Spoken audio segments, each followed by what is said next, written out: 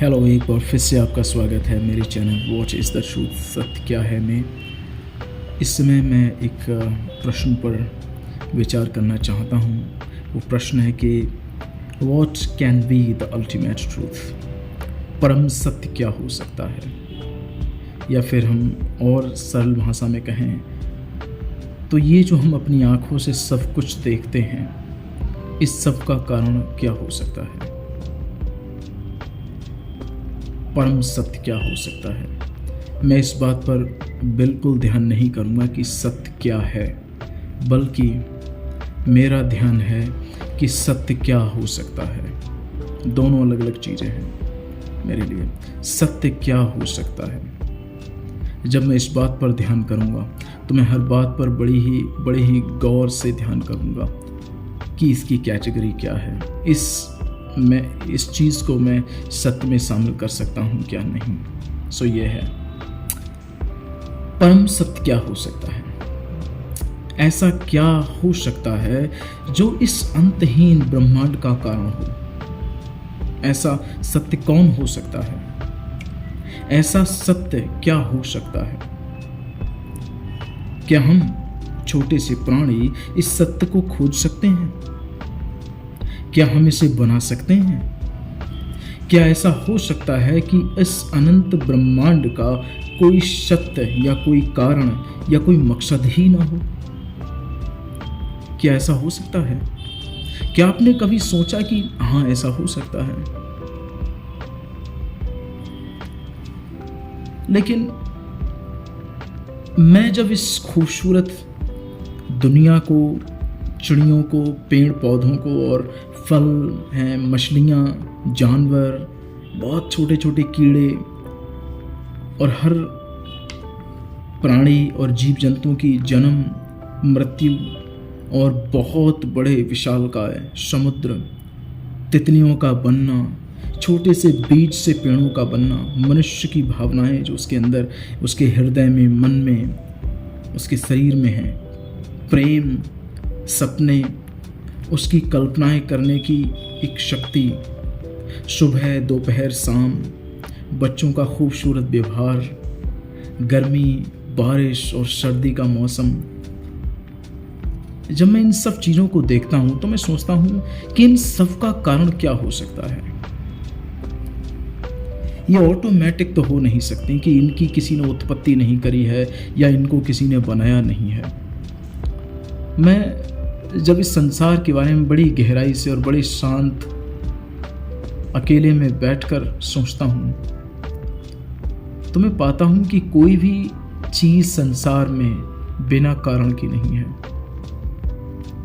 हर चीज़ के पीछे कोई ना कोई कारण है, कोई ना कोई वजह है। जब हर चीज़ के पीछे है तो फिर इतने बड़े ब्रह्मांड के पीछे कोई कारण क्यों नहीं हो सकता है? ऐसा कैसे हो सकता है कि इतने बड़े ब्रह्मांड और इतनी सारी चमत्कारिक चीजों के पीछे कोई कारण ना हो? क्या आपने कभी किसी के मृत शरीर को देखा है? कैसी फीलिंग्स, कैसी इमोशंस, कितना डर, कितना मातम छाता है जब हम किसी को देखते हैं, और हम उसके सामने कितने बेबस हो जाते हैं, कुछ भी नहीं कर सकते। और क्या आपने देखा है जब किसी के घर में किसी बच्चे का जन्म होता है तो कितनी खुशी होती है? क्या आपने देखा है किसी बच्चे के साथ बातचीत करके, उसके साथ खेल कर, उसके साथ समय बिताकर कितना खूबसूरत है उनका व्यवहार, कितनी अच्छी हैं उनकी बातें? वो सब कहाँ से आती हैं? वो सब कौन है जो उन्हें देता है? क्या आपने कभी देखा बारिश कैसे होती है? कितना शानदार है ये सब। लेकिन वही मेरा प्रश्न है कि क्या ऐसा हो सकता है कि इन सब के पीछे कोई भी कारण ना हो, जबकि इस संसार में हर चीज के पीछे कोई ना कोई कारण है। और अगर हर चीज के पीछे कोई कारण है, कोई ना कोई, तो इस ब्रह्मांड के पीछे भी किसी न किसी का हाथ जरूर है। ऐसा हो ही नहीं सकता कि कोई कारण ना हो ही नहीं सकता किसी भी कीमत पर। इस सब के पीछे कोई जीवित, अनंत, अमर, शक्तिशाली सृष्टिकर्ता जो स्वयं में सर्वसिद्ध है, जिसके लिए किसी की ज़रूरत नहीं है, लेकिन सबके लिए उसकी ज़रूरत है। ऐसा कोई कारण है, ऐसा कोई कारण है इस सब के पीछे। कुछ दिन पहले मुझे किसी ने पूछा, आप ईश्वर को क्या मानते हो? तो मैंने कुछ देर सोचने के बाद बहुत ही शांत स्वभाव से कहा, आत्मा। कुछ देर के बाद उन्होंने मेरे से फिर पूछा कि आप ईश्वर को आत्मा किस नेचर में मानते हो, मतलब किस स्वभाव में मानते हो? तो मैंने उत्तर दिया, क्योंकि वो जीवित है इसलिए वो आत्मा है।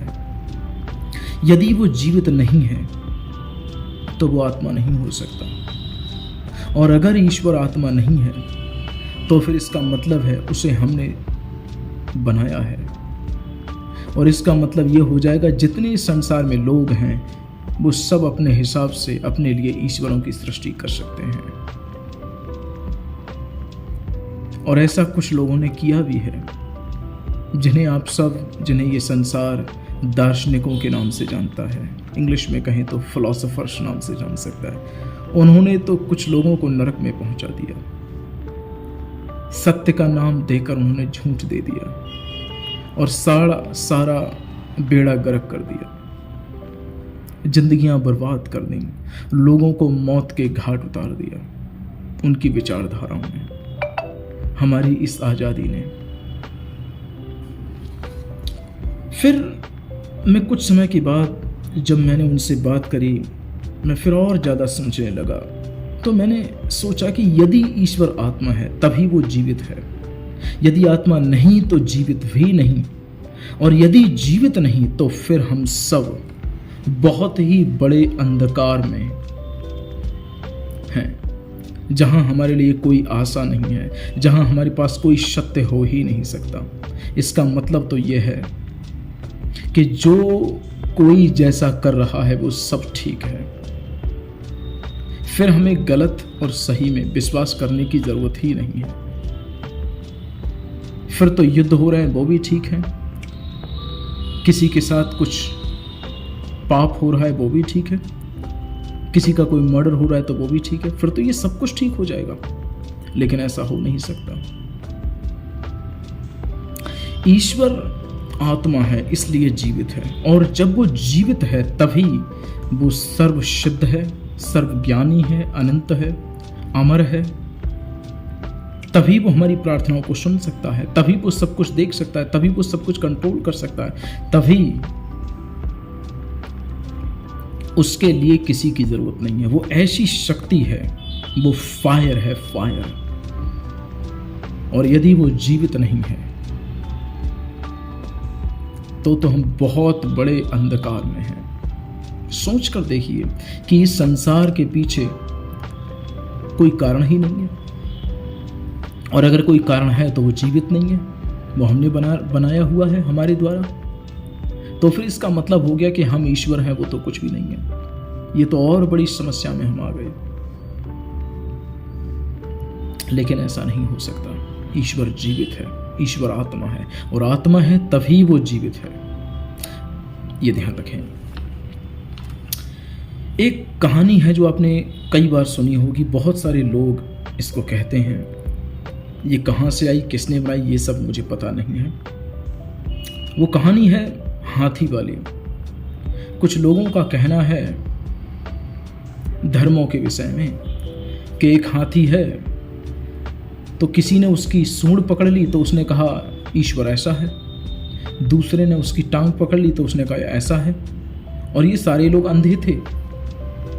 और फिर किसी ने पूंछ पकड़ी तो उसने कहा ईश्वर ऐसा है, किसी ने उसका पेट पकड़ लिया तो उसने कहा ऐसा है। जिसके जैसा समझ में आया, जैसा उसने हाथी के शरीर को छुआ, वैसा ही उसने कह दिया, और वही धर्मों में बनता चला गया। और हम इतने इमोशनल और इतने सेंसिटिव हो गए कि हमने सोचना ही बंद कर दिया, हमने टेस्ट ही नहीं करा। और इस स्टोरी में सबसे बड़ा एक मुझे प्रॉब्लम दिखाई देता है। सबसे बड़ा एक ब्लंडर, एक वीक पॉइंट वो ये है कि हाथी चुप है। हाथी कुछ बोल ही नहीं रहा है, हाथी हिल नहीं रहा है, हाथी चल फिर नहीं रहा है, हाथी एक जगह खड़ा हुआ है। और जब हाथी चुपचाप है, जब हाथी कुछ बोल ही नहीं रहा है, तो आपको कैसे पता चलेगा कि ये सच है या झूठ है? आपने तो अपने हाथों से उसको पकड़ा और आपने ये मान लिया कि ये सच है, लेकिन ऐसा नहीं है। हाथी अगर बोलता तभी तो आपको पता चलता कि वो क्या है। हाथी नहीं बोला और आपने ये मान लिया कि ये सच है जो मुझे मिला है, और वही एक बिग प्रॉब्लम हो गई। हम सब अंधकार में ही रह गए, सत्य को नहीं जान पाए। इसके बाद एक और चीज है जो मैं यहां कहूंगा। ईश्वर ने ऑलरेडी अपने आप को 2 कैटेगरीज में प्रकट कर दिया है। पहली बात है नेचुरल थियोलॉजी, प्राकृतिक धर्म विज्ञान। जब इस संसार को आप देखते हैं तब आप समझ सकते हैं कि उसके ईश्वर का कैरेक्टर कैसा है, वो कैसा हो सकता है। अगर आप ध्यान से इस संसार को देखें तो आप ऑटोमेटिक जान सकते हैं कि अकारण नहीं हो सकता। कोई ना कोई तो है जिसने इसकी सृष्टि करी है, कोई ना कोई तो है जो इसको चलाता है, जानता है, फील करता है, महसूस करता है। सेकंड है कि उसने अपने आप को अपने बारे में किसी न किसी धार्मिक किताब में प्रकट किया है। अब ये नेक्स्ट प्रश्न उठ जाता है कि वो कौन सी है किताब जिसमें उसने अपने आप को प्रकट करा है। उसकी हमें टेस्ट करने की जरूरत है। बिना टेस्ट के भरोसा नहीं किया जा सकता, क्योंकि हर एक अपने आप को, अपने धर्म को पुराना, सर्वसिद्ध, सबसे परफेक्ट, सबसे ग्रेट मानता है। चाहे वो मुस्लिम्स हों, चाहे हिंदूज हों, चाहे बुद्धिस्ट हों, चाहे वो सिख हों, जैन हों, क्रिश्चियंस हों, सारे लोग मानते हैं। लेकिन टेस्ट करने की जरूरत है, तभी पता चलेगा।